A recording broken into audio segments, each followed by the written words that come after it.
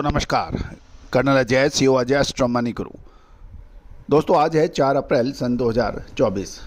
दोस्तों तिलहन oil seeds पर चाहे वो सोयाबीन हो, सरसों हो, मूंगफली हो, तिल, पाम तेल, सूरजमुखी, कैस्टर ऑयल यानी अरंडी, इन सभी पर अपडेट देने वाला देश का पहला चैनल अजय स्ट्रमानी गुरु। दोस्तों आपसे एक विनम्र अनुरोध, आप हमारे चैनल में प्रथम बार आए हैं और अभी तक सब्सक्राइब नहीं किया है, यदि चैनल पसंद आए तो सब्सक्राइब कीजिएगा, साथ साथ लाइक भी कीजिएगा। आपके इलाके में तिल के क्या भाव हैं कमेंट बॉक्स में अवश्य बताइए। दोस्तों आज के एपिसोड में हम गुजरात में सफ़ेद तिल के बारे में करेंगे चर्चा। दोस्तों खबर निकल के आ रही है कि गुजरात में सफ़ेद तिल का रकबा 20 से 25% तक कम होने से उत्पादन घटने की संभावना बन गई है। साथ साथ एक महत्वपूर्ण यह है कि कोरिया का 7,500 टन सफ़ेद तिल का टेंडर 24 अप्रैल को खुलेगा। भारत को ऑर्डर मिलने की संभावना कम बताई जा रही है भावों की वजह से। गौरतलब है साथ साथ पिछले सप्ताह काले तिल के दामों में मामूली तेजी भी दर्ज हुई है।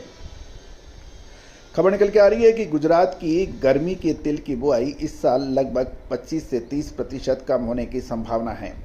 गुजरात में ग्रीष्मकालीन तिल की बुआई ज़्यादातर सौराष्ट्र इलाके में होती है और सौराष्ट्र के कई इलाकों में पानी की कमी के कारण तिल की बुआई कम हो गई है। सुरेंद्रनगर जिले में ग्रीष्मकालीन यानी गर्मी के तिल की सबसे ज़्यादा बुआई है। यहाँ गए साल की तुलना में बुआई में भी 25 से 30% या उससे अधिक भी बुआई कम होने के समाचार मिल रहे हैं, क्योंकि गर्मी के मौसम में नर्मदा का पानी महत्वपूर्ण वाटर सोर्स होता है। इसके बारे में अभी भी अनिश्चितता है। किसानों ने तिल बोने का जोखिम कम उठाया है। गौरतलब है कि सुरेंद्रनगर जिले में जहां पानी की अवेलेबिलिटी अच्छी है, ग्रीष्मकालीन तिल की बुआई पिछले सीजन की तरह ही की गई है। ग्रीष्मकालीन तिल के दूसरे सबसे बड़े क्षेत्र अमरेली और भावनगर जिलों में पानी की कमी के कारण तिल की बुआई लगभग 15% से 20% के बीच में कम होने की संभावना बताई जा रही है। जूनागढ़ जिले में पिछले वर्ष की तुलना में काफ़ी कम मात्रा में तिल की बुआई की गई है। गौरतलब है कि पानी की कमी के कारण आधे क्षेत्र में तिल की बुआई कम है। जामजोधपुर जिले में भी तिल की बिजाई का प्रतिशत कम बताया जा रहा है। गौरतलब है कि गर्मी के तिल के उत्पादन का गुजरात का अनुमान लगाने के लिए अगले एक महीने का मौसम महत्वपूर्ण होगा, क्योंकि ग्रीष्मकालीन तिल की जो आमदनी है यानी आवक है 15 मई के बाद शुरू होगी। पिछले साल गुजरात में ग्रीष्मकालीन तिल का उत्पादन 1.25 लाख टन था, जिसमें 90% सफ़ेद तिल और 10% काला तिल बताया गया है। यदि वर्तमान में जलवायु में एक महीने तक स्थिर रहती है तो अनुमान लगाया जाता है कि गुजरात में ग्रीष्मकालीन तिल का उत्पादन 70 से 75 हज़ार या 80 हज़ार टन होने की उम्मीद है। अगर अगले एक महीने बारिश होती है तो तिल का उत्पादन का अनुमान में काफ़ी बड़ा बदलाव भी हो सकता है। तो अगला एक महीना बहुत महत्वपूर्ण साबित हो सकता है। जहाँ तक गुजरात में सफ़ेद तिल का पुराना स्टॉक है वो 8 से 10 हज़ार टन है। इसके अलावा आयातित तिल की आमदनी अभी भी जारी है। आयातित तिल केवल हल्द फैक्ट्रियों द्वारा ही खरीदा जा रहा है। फिलहाल गुजरात में रोजाना 600 से 700 बोरी सफ़ेद तिल की आवक हो रही है और मंडियों में सफ़ेद तिल की कीमत 2,500 से 2,700 रुपये प्रति मन यानी प्रति 20 किलो मानी जानी चाहिए। शॉर्टेक्स में 151 से 152 रुपये प्रति किलो के भाव हैं। और जहाँ तक काले तिल की बात करें तो गुजरात में दैनिक आवक 200 से 250 बोरी बताई जाती है और काले तिल के भाव लगभग 2700 से 3300 रुपये प्रति 20 किलो क्वालिटी अनुसार है। जेड ब्लैक के भाव 181 रुपये प्रति किलो बताया जा रहा है।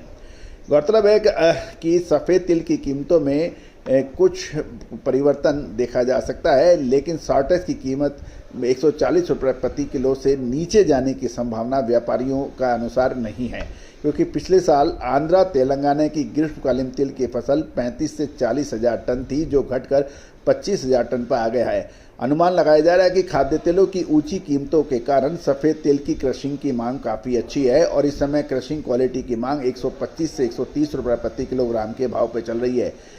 दूसरी ओर अंतर्राष्ट्रीय बाजारों में देखें तो सबकी नज़र कोरिया का 7,500 टन के टेंडर पर लगा है और ये टेंडर 24 अप्रैल को खुलने की घोषणा है। कोरिया टेंडर में ऑर्डर पाने वाले को 28 जून तक सफ़ेद तिल का माल कोरिया बंदरगाहों पर पहुंचाना आवश्यक होगा, यानी डिलीवरी की आवश्यक होगी।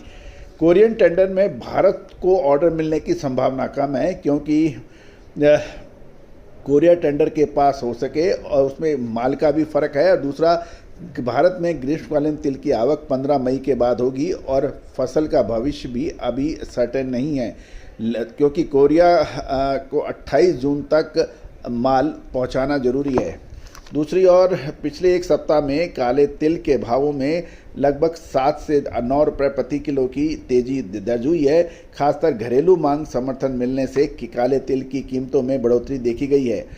गौरतलब है कि अप्रैल महीना तिल के लिए महत्वपूर्ण साबित हो सकता है। कुछ मजबूती जरूर देखी जा सकती है, लेकिन एक और महत्वपूर्ण बात, भारत में चालू सीजन में सफ़ेद तिल का इंपोर्ट काफ़ी मात्रा में हुआ है और अब तक लगभग 70 से 80 हज़ार टन सफ़ेद तिल का आयात किया जा चुका है और अनुमान लगाया जा रहा है कि सितंबर तक 20,000 टन और सफ़ेद तिल का आयात होगा।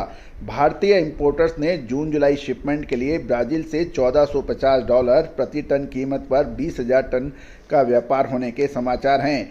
ब्राज़ील का तेल सितंबर में भारतीय बंदरगाहों पर पहुंचने की उम्मीद बताई जा रही है।